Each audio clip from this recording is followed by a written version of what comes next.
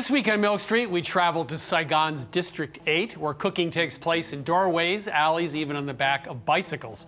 We begin with Ba Kha. This is a fragrant beef stew. It marries local ingredients with French culinary technique. Then a really easy recipe for Vietnamese scallion sauce. And then we dive into a simple braised lemongrass chicken with chilies and turmeric that transforms this everyday staple. So please stay tuned as we get a cooking lesson on the cooking of Saigon. Funding for this series was provided by the following. That meal. You sautéed, you seared, and you served. Cooking with All-Clad. Bonded cookware designed, engineered, and assembled in the USA for over 50 years. All-Clad. For all your kitchen adventures. You know, years ago, I took the whole family to Vietnam. We started Hanoi, worked our way down to Saigon or Ho Chi Minh City. And a friend of mine was actually living in Saigon at the time. He was working on the water system. And one of his employees, his wife, taught cooking classes. And so I decided to take a class. So right after lunch, he said, meet me outside the hotel, which I did. And he shows up on this little tiny moped, which is how millions, literally millions of people get around in Saigon these days. Well, I used to drive a taxi in New York back in the 70s, and so nothing bothers me except riding on the back of a moped in Saigon. Because when you got to the intersections, it was like survival of the largest, and the moped was not the largest. Anyway, we finally, after 20 minutes, got to District 8. This is an area of Saigon that doesn't have the big avenues. These are small alleys, back alleys. You get the smell of ginger, garlic, lemongrass, fish sauce. It's just a wonderful place to be if you love food and cooking. And there are people cooking in doorways, in the streets. People go by on bicycles. One woman actually had a soup on the back above her rear tire in a pot, which was in another pot with charcoal. So it's just a great place for street food. So one of the things we decided to do was to cook with people in their homes, not at restaurants. And the first person we met up with was Nguyen Thi Thuy, a literature teacher. And she taught us a recipe for beef stew. This is a Vietnamese beef stew called Ba Kha. Now, this is absolutely transformative. You know, we talk about changing the way you cook here at Milk Street. This recipe, if you compare it to a European beef stew, tells you everything you need to know about a totally different way of cooking. The second recipe is a braised lemongrass chicken. Again, we learned this from someone at home, Pham Thi Ton Tom. And again, we're taking chicken, which almost every culture makes, and we're doing it in a totally different way. So let's get started with the beef stew, Ba Kha.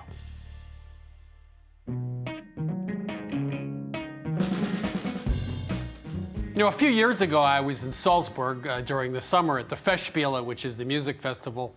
My wife's mother actually grew up in Salzburg. We go back to see family. So it was the Berlin Philharmonic. It was, I think, Mahler's Fourth Symphony. And I'm not a big fan of, symphonies. I'd rather go see the Grateful Dead, to be honest. Anyway, after 5 minutes, I was on the edge of my seat. It was unbelievable. And the reason is it was different than any other experience I'd had listening to a symphony. I could almost hear every single instrument. Now, the recipe we're going to do today is a beef stew. It's from Vietnam. A lot of Vietnamese cooking is, in fact, based on French technique for obvious reasons. So this is a great example of how you take something that's, I think, more one note. It's great, it's subtle, a lot of depth, and turn it into something like that Berlin Philharmonic where there are lots of notes going on. It's much more complex. So you can choose which one you like, but here at Milk Street, we talk about change the way you cook. This beef stew is a great example of change the way you cook because it completely changes your mind about what cooking is. And with that huge introduction, let's go make this recipe. So this is 3 pounds of chuck roast. We love chuck. We don't like meat from the round. That is the back leg. This has more fat and a lot more flavor. Now, if there are big hunks of fat in it, you do want to get rid of those. The rest of it will probably melt off. You just want to get rid of it. I'm just going to cut between the muscles here. So this is a 6-inch boning knife that has a rather flexible blade. It's really good for getting in and taking some fat out. You know, sometimes when you go buy meat, I go to a butcher, I've had moments when there's so much fat, you end up with about as much fat as meat, so you want to be careful. Again, this fat's going to melt because we're going to cook this for 2.5 hours, and that's enough heat to get the fat and the collagen to melt. It'll go into the sauce and we'll defat the sauce.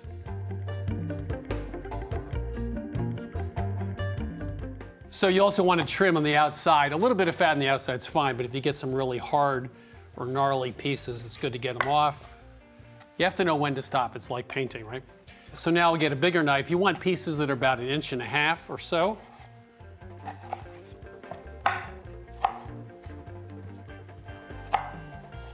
Fairly large pieces. I'm just going to trim that off here. Okay, so that's the 3 pounds of chuck, and now we'll start the recipe in typical French fashion by sautéing onions. So we've browned the onions, that's done, and now we're gonna add garlic, which has been grated, 8 cloves of garlic, and 3 ounces of ginger. Note the ginger still has skin on it because it'll be coming out of the stew before we finish it, so there's no need to peel it. And we'll just saute this for a minute or so. You wanna start to smell the garlic in particular.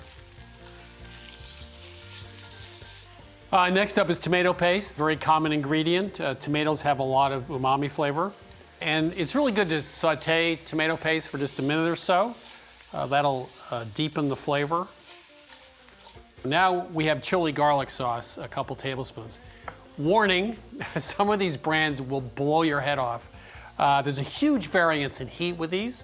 So if you're not sure about the brand you have, I would use about half as much or even less. You can always add some at the end. We know this brand, we know what we're doing here, so we're gonna add the full 2 tablespoons at this point. And now that's really the first indication we're in Vietnam, right? That's one of the, we have the ginger, but the chili garlic sauce. Now, some other great ingredients. We have 4 trimmed stalks of lemongrass. This is used all the time in Vietnam. One of the great dishes I had there was steamed clams with lemongrass. It's just a great flavor. And we have a cinnamon stick. Cinnamon's often used in lots of cultures, a warm spice with a savory recipe. And then star anise, 6 of those. So now we have a lot of things going on. We have lemongrass, we have star anise, we have cinnamon, we have ginger, we have chili garlic paste. All of a sudden, you know, we're not in Europe anymore, we're in a very different place. Now things are gonna get even more interesting because we're gonna use 4 cups, a quart of coconut water. Now this should be coconut water that has no additives, comes usually from green coconuts, it's used all the time in Vietnamese cooking. It's slightly sweet, it shouldn't have added sugars to the package. It also has a little bit of salinity, a little bit of sodium in it. So it gives you that sweetness, it perks up the flavors a little bit. And there's a little bit of coconut flavor, but not too much. It's really subtle. It's one of those things you can use in lots of your cooking. For example, if you're making rice, you can use coconut water. It's really nice. And now this is more traditional, of course. We have a couple cups of beef stock goes in. And finally, we add the 3 pounds of beef chuck that we cut and trimmed. And now we're gonna bring this up to a boil and then reduce it immediately to a simmer. And we're gonna simmer that just for a few minutes. The scum, I guess that's a culinary word, will rise to the surface. And if you don't disturb it, it'll come right to the surface and we can skim that off. And now we're gonna cook this at a simmer for 2.5 hours. You wanna get the meat really fully cooked and tender.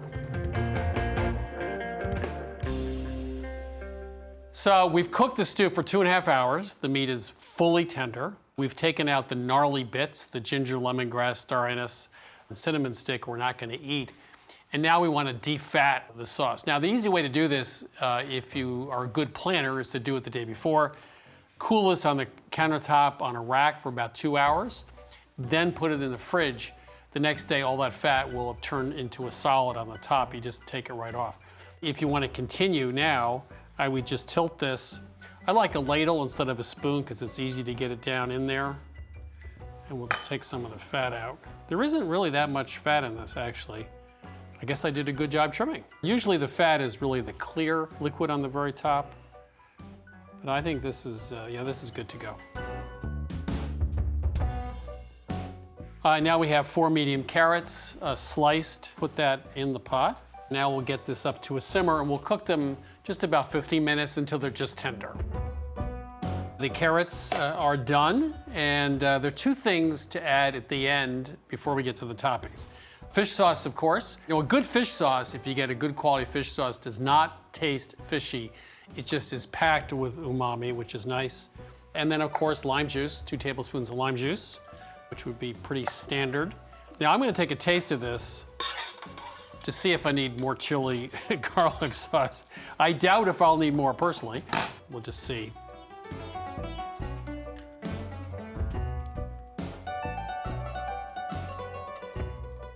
I need more chili garlic sauce. I can't believe it. I must be getting old. I like a little more spice in my food. So that had some nice spice, but I'm gonna add just a little more. Just a little bit more. There we go.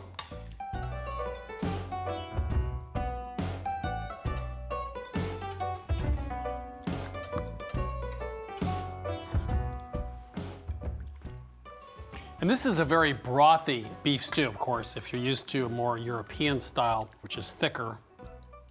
And for toppings, you have some choices. You can use basil or cilantro. I like basil.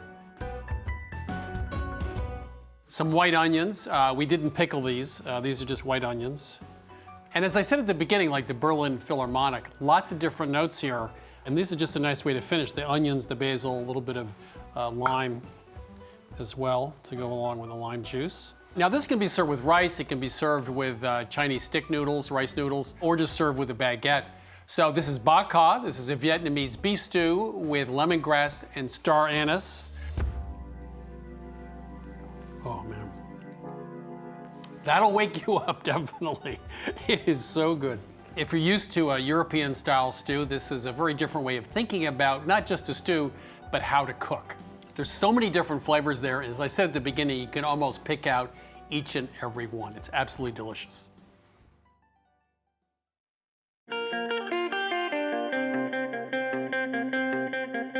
The French may be masters of the sauce, but I have to say in Vietnam, since they do have a French culinary tradition there as well, I think they took it up 10 steps above that because it's so fresh, it's so bright. I much prefer that sort of sauce. And one of the simplest sauces, of course, is a scallion sauce. It's simply chopped scallions. You pour some hot oil on it, and it really brings out the flavor of the oil. We're gonna start with 5 or 6 scallions. You want about half a cup chopped. We're not just gonna slice them, we're actually gonna chop them.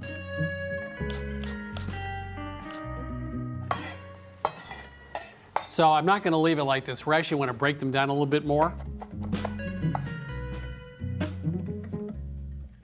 And before we add the oil, we're gonna add a little bit of salt and pepper to this, just a 1/4 teaspoon of salt and about a teaspoon of pepper. And we're gonna work that with our hands into the scallions. When you add the hot oil, it does break down the scallions a bit. You don't want sort of tough pieces of scallion there. So we've heated the oil. Any kind of a neutral vegetable oil is fine, like a peanut oil. So now it's shimmering, just starting to smoke. And we'll pour that over.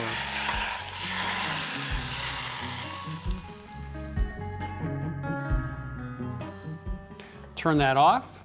A lot of people would just use the hot oil over the scallions. There's also a trick used in a lot of Chinese cooking, like in Sichuan. We're gonna add 3 other ingredients, which are common. 1.5 tablespoons of ginger. This is fish sauce, 1.5 tablespoons or soy sauce. And a little bit of sugar, which is a common addition to this style sauce. So you can't smell this, of course, at home, but I can. And as soon as that hot oil hit the scallions, you get that fresh, grassy aroma. It's just great. When the ginger hits the hot oil, of course, that blossoms the ginger flavor, the fish sauce, the little bit of sugar. So we'll let this cool down. And we come back, we'll show you a bunch of ways you can use it, because it's really an all-purpose, very quick sauce. So the sauce is ready. Obviously, there are a lot of ways you can use this sauce. We have a grilled steak here. You can put it on any sort of grilled meats like chops. You can do it on grilled vegetables like asparagus or roasted vegetables. Very often it's served with dumplings. It's actually just served on rice. So it certainly is all-purpose, and it's so easy to make, you can do it at the last minute.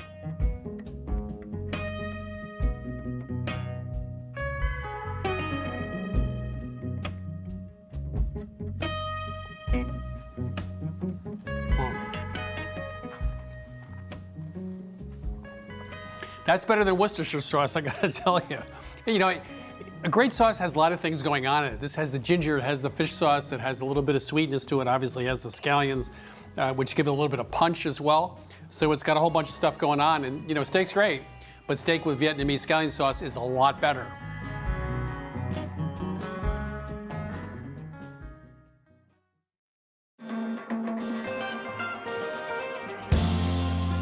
When we traveled to Ho Chi Minh City in Vietnam, we learned from a home chef, Pham Thi Tam Tam, how to make this really bright and delicious quick braise. But the way she taught us involved mincing down lemongrass, which offers a very, very bright flavor. But the lemongrass that they get in Vietnam is far more fresh and tender, so they could just mince it down. Whereas us here in the States, we'll have to do a couple adjustments to ours. We need to bash it just like we would bash garlic, and then simmer it in with our braise, and then discard it right before we serve. Now, to do that, all we have to do with our lemongrass here is peel off a couple of the outer layers, because those tend to be far more drier and leathery. And that's not what we want in this dish. And you're really only peeling off just until you start feeling the stalk become a little more tender. Once you get those outer portions off, you'll want to trim down all of this lemongrass down to about 6 inches from the root, because that's where all the flavor is. So from here, find your way about 6 inches up, give it a cut, and that way you could cut the rest accordingly. Now from here, as if you were treating garlic, go ahead and rest the flat part of the blade right onto the lemongrass, and then use the heel of your palm to crunch down.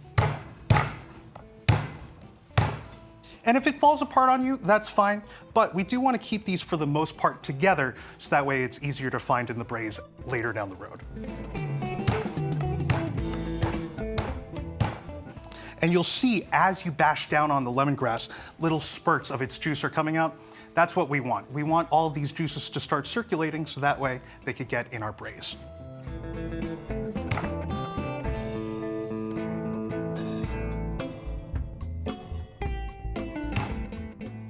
So now that we have those nice and crushed up, we could go ahead and get this braise going. So here I have a large Dutch oven, and to that I'll add in about a tablespoon of neutral oil. And we'll heat this oil until it's just starting to shimmer over medium-high heat. Now that my oil has begun to shimmer, we could go ahead and start cooking our aromatics. So here I have 6 medium garlic cloves that have been minced down. And we'll also add to that 2 Fresno chilies that have been de-seeded and thinly sliced. And finally, to bring some color, here I have some turmeric, which is going to lend a really nice, almost neon yellow color. Now, once our aromatics are aromatic, we could go ahead and add in our lemongrass right on in. And we'll top that off with 1 cup of chicken stock. This is low sodium chicken stock.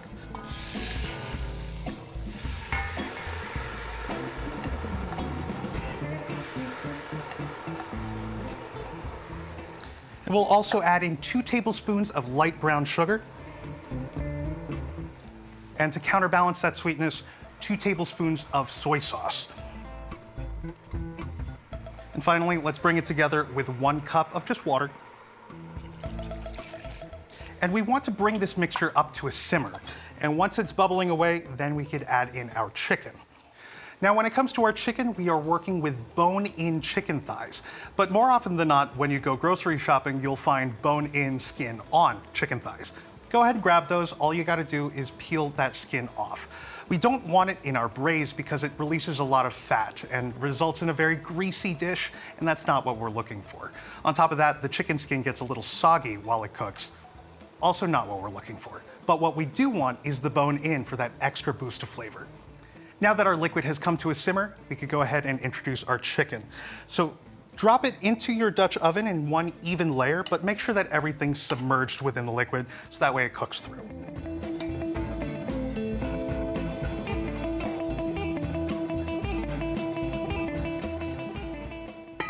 So now that the chicken is in the Dutch oven, we want to pop a lid on it and allow it to simmer for about 30 to 40 minutes over medium-low heat, or until all that chicken is nice and tender. Our chicken has been braising for 35 minutes now, so we'll take off the lid and be greeted by this amazing aroma. So from here, what we want to do is we want to take our chicken out and transfer it over to our serving platter. And that's because we want to reduce down all of this braising liquid into a nice thickened sauce. Not thick like gravy thick, but thickened enough to coat each and every piece of chicken.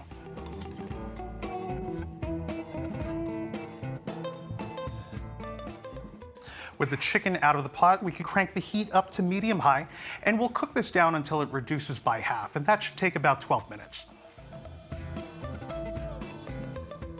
Our braising liquid has been reducing, and it's gone down by about half of its volume, so it's at this point we can take out that hearty, fibrous lemongrass. It's done its job. All the flavor's already in the braise. We don't have to worry about mowing down on this. So now that our braising liquid has reduced down, we can thicken it up just a little bit by using a cornstarch slurry. So here I have 1 teaspoon of cornstarch mixed in with 1 tablespoon of cold water. And as always with any slurry, before you add it into any sort of liquid, give it a stir, just in case any of that cornstarch kind of settled to the bottom. Once you give it a stir, you want to whisk it into your braising liquid, just to prevent any clumps. And once it's incorporated, you want to allow this to cook down at a simmer until it thickens just slightly, and that takes about a minute. We're not thickening this up to a thick gravy type status. We're only looking for a little bit of body to coat each and every piece of chicken. Once it's nice and thick, let's go ahead and remove it off the heat. And then we could introduce a couple other flavors to brighten this back up. The first is in the form of 2 tablespoons of lime juice, as well as 1 tablespoon of fish sauce. Now this is a really important ingredient to add in because it adds this really deep savory note that doesn't taste like fish. I promise you, once you add it into the braise, you won't notice anything but a really beautiful savory flavor. So now from here, we just throw the chicken back in, and we do want to throw it with any juices that may have accumulated at the bottom of our serving platter.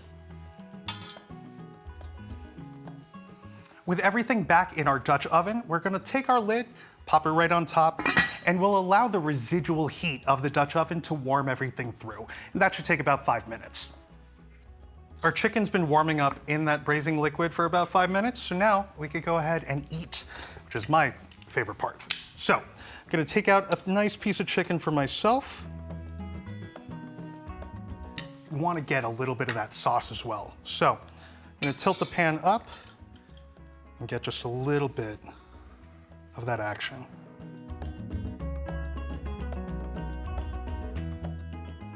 And just for one last hit of freshness, I'm gonna top this off with fresh cilantro. And that's that, Vietnamese braised lemongrass chicken from Ho Chi Minh City, Vietnam. You can find this recipe and all the recipes from this season of Milk Street at milkstreettv.com. Funding for this series was provided by the following. That meal. You sautéed, you seared, and you served. Cooking with All-Clad. Bonded cookware designed, engineered, and assembled in the USA for over 50 years. All-Clad. For all your kitchen adventures.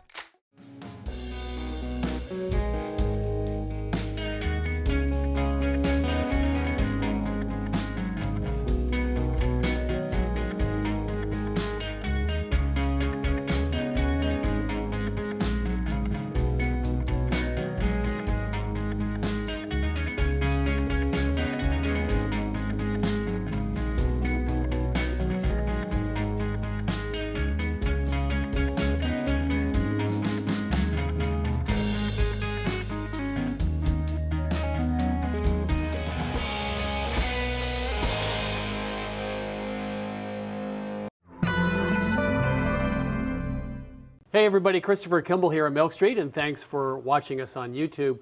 By the way, please subscribe to our channel and also click the bell for updates. All the recipes from our current TV season are available for free at our website, which is 177milkstreet.com. That's 177milkstreet.com.